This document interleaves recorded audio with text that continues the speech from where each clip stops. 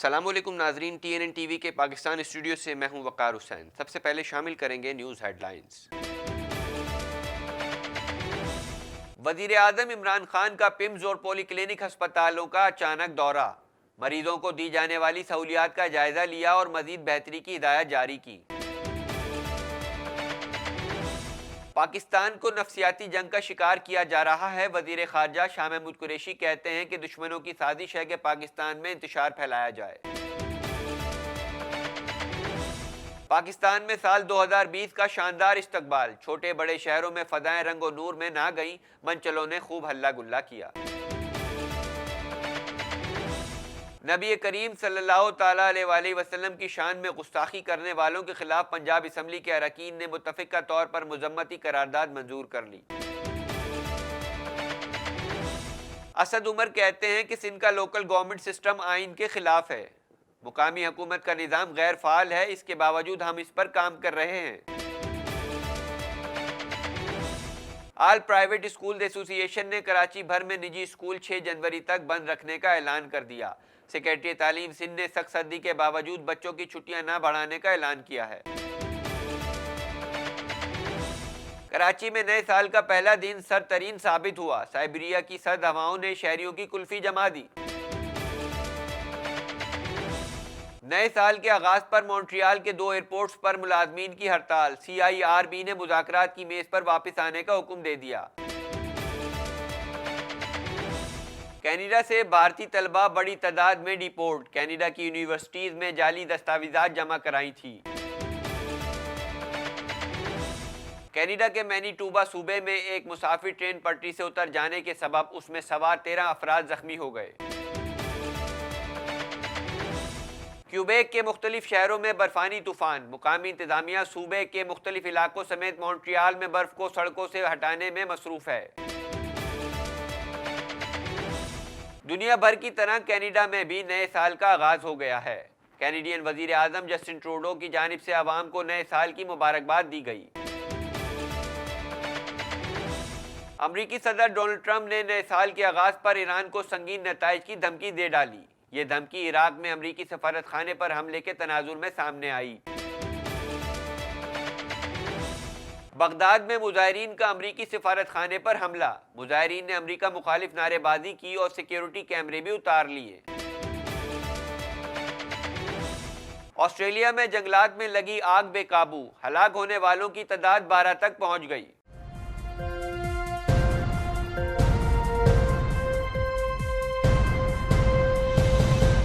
Head lines آپ نے جانی اور اب خبریں تفصیل کے ساتھ۔ وزیر اعظم عمران خان نے پمز اور پولی کلینک ہسپتال کا اچانک دورہ کیا اور مریضوں کو دی جانے والی سہولیات کا جائزہ لے کر مزید بہتری کی ہدایات جاری کی۔ مزید جانتے ہیں اس رپورٹ میں۔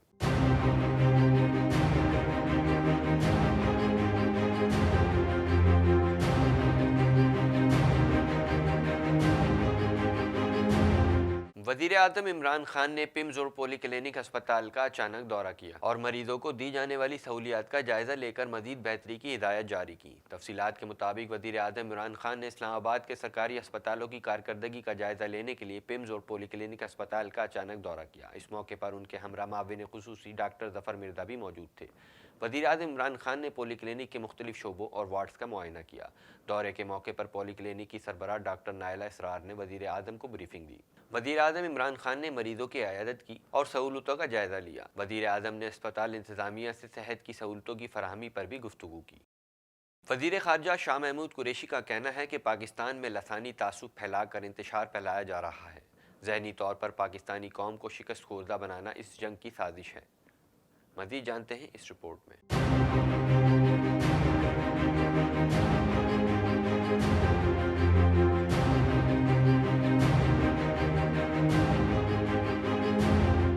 وزیر خارجہ مخدوم شاہ محمود قریشی نے کہا ہے کہ پاکستان کو نفسیاتی جنگ کا شکار کیا جا رہا ہے، دشمنوں کی سازش ہے کہ پاکستان میں انتشار پھیلایا جائے۔ یہ بات انہوں نے ملتان میں درگاہ حضرت شاہ رکن عالم کی 706ویں سالانہ عرس میں پہلے روز کی نشست کی صدارت کرتے ہوئے کہی۔